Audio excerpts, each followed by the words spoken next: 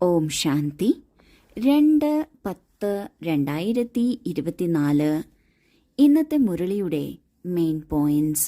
മധുരമായ കുട്ടികളെ, ഓർമ്മയിലിരുന്ന് ഓരോ കർമ്മവും ചെയ്യൂ, എങ്കിൽ അനേകർക്ക് നിങ്ങളുടെ സാക്ഷാത്കാരം ഉണ്ടായിക്കൊണ്ടിരിക്കും. നാം എത്ര ബാബയുടെ ഓർമ്മയിലിരിക്കുന്നുവോ അത്രയും നമ്മുടെ പാപം നശിക്കുന്നു.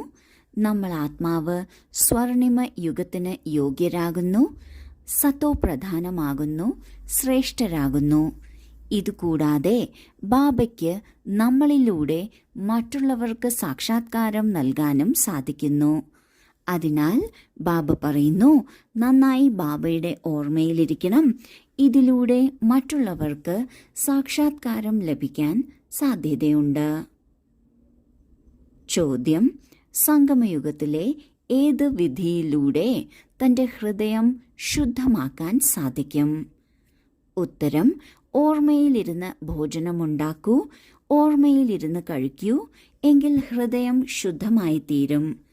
സംഗമയുഗത്തിൽ നിങ്ങൾ ബ്രാഹ്മണരിലൂടെ ഉണ്ടാക്കപ്പെട്ട പവിത്ര ബ്രഹ്മഭോജനം ദേവതകൾക്കും വളരെ ഇഷ്ടമാണ്. ആർക്കാണോ ബ്രഹ്മഭോജനത്തിന്റെ മൂല്യമുള്ളത് അവർ പാത്രം കഴുകിയും കുടിക്കുന്നു. മഹിമയും വളരെയുണ്ട്. ഓർമ്മയിൽ ഉണ്ടാക്കപ്പെട്ട ഭോജനം കഴിക്കുന്നതിലൂടെ ശക്തി ലഭിക്കുന്നു, ഹൃദയം ശുദ്ധമാകുന്നു.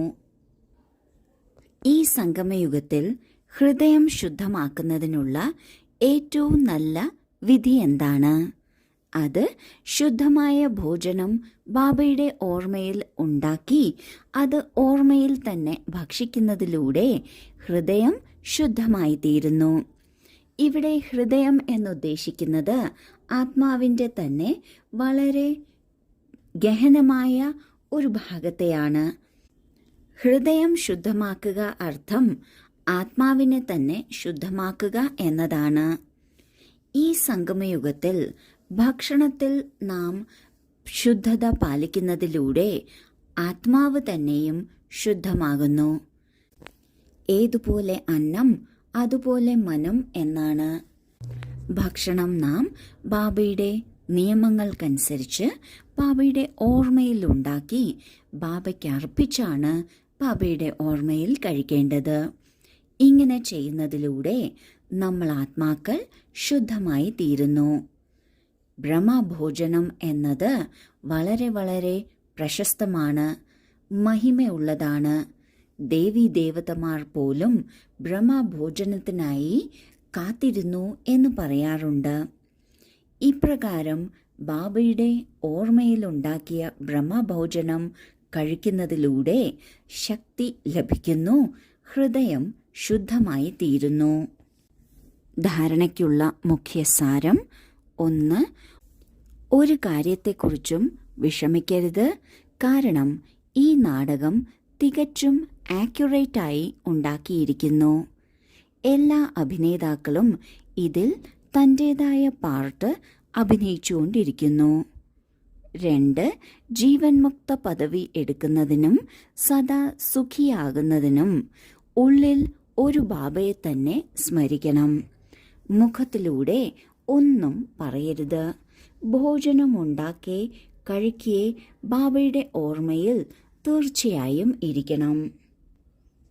ആദ്യത്തെ പോയിന്റിൽ ബാബ പറയുന്നു, ഒരു കാര്യത്തെക്കുറിച്ചും വിഷമിക്കരുത്. കാരണം ഈ നാടകം വളരെ വളരെ കൃത്യമായി ഉണ്ടാക്കിയിരിക്കുന്നതാണ്. ആരുടെ ഭാഗ്യത്തിൽ എന്താണോ ഉള്ളത് അതവർക്ക് തീർച്ചയായും ലഭിക്കും. എന്താണോ ഇല്ലാത്തത് അത് ലഭിക്കുന്നതിന് പരിശ്രമിക്കണം, എന്നാൽ മാത്രമേ ലഭിക്കുള്ളൂ. ഈ നാടകം ഉണ്ടായതും ഉണ്ടാക്കപ്പെട്ടതുമാണ്. എല്ലാ അഭിനേതാക്കളും അവരവരുടെ സമയത്ത് വന്ന് അവരവരുടെ പാർട്ട് അഭിനയിക്കുകയാണ്. അതിനാൽ ഇതിൽ വിഷമിക്കേണ്ടതായ ഒരു കാര്യവുമില്ല. രണ്ടാമത്തെ പോയിന്റിൽ ബാബ പറയുന്നു, ബാബയെ തന്നെ സ്മരിക്കണം. ഇതിലൂടെ സദാ സുഖിയായി തീരുന്നു. ഏറ്റവും ഉയർന്ന ജീവൻ മുക്ത പദവിയും പ്രാപ്തമാകുന്നു. വായിലൂടെ അനാവശ്യമായി ഒന്നും പറയേണ്ട കാര്യമില്ല. ഭോജനം ഉണ്ടാക്കുന്ന സമയത്തും ഗ്രഹിക്കുന്ന സമയത്തും ബാബയുടെ ഓർമ്മയിൽ തീർച്ചയായും ഇരിക്കണം. വരദാനം: സ്വാർത്ഥതയിൽ നിന്നും അസൂയയിൽ നിന്നും മുറുമുറുപ്പിൽ നിന്നും മുക്തമായിരിക്കുന്ന ക്രോധമുക്തരായി ഭവിക്കട്ടെ. ഏതെങ്കിലും കാര്യത്തിൽ തൻ്റെ അഭിപ്രായം തീർച്ചയായും നൽകൂ. സേവനത്തിനായി സ്വയം ഓഫർ ചെയ്യൂ. എന്നാൽ വിചാരം നൽകിയതിന് ശേഷം ആ വിചാരത്തെ ഒരു ആഗ്രഹത്തിൻ്റെ രൂപത്തിൽ മാറ്റരുത്. എപ്പോഴാണോ സങ്കല്പം ആഗ്രഹത്തിൻ്റെ രൂപത്തിൽ ആകുന്നത് അപ്പോൾ മുറുമുറുപ്പ് വരുന്നു.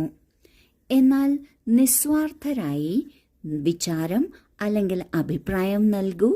സ്വാർത്ഥത വയ്ക്കരുത്. ഞാൻ പറഞ്ഞതുകൊണ്ട് ഇങ്ങനെ തന്നെ നടക്കണം, ഇങ്ങനെ ചിന്തിക്കരുത്. തീർച്ചയായും ഓഫർ ചെയ്യൂ. എന്തുകൊണ്ട്, എന്ത് എന്നതിൽ വരരുത്.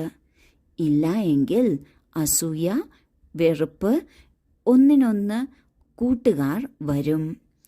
സ്വാർത്ഥത അല്ലെങ്കിൽ അസൂയ കാരണം ക്രോധവും ഉണ്ടാകുന്നു. ഇനി ഇതിൽ നിന്ന് മുക്തരാകണം.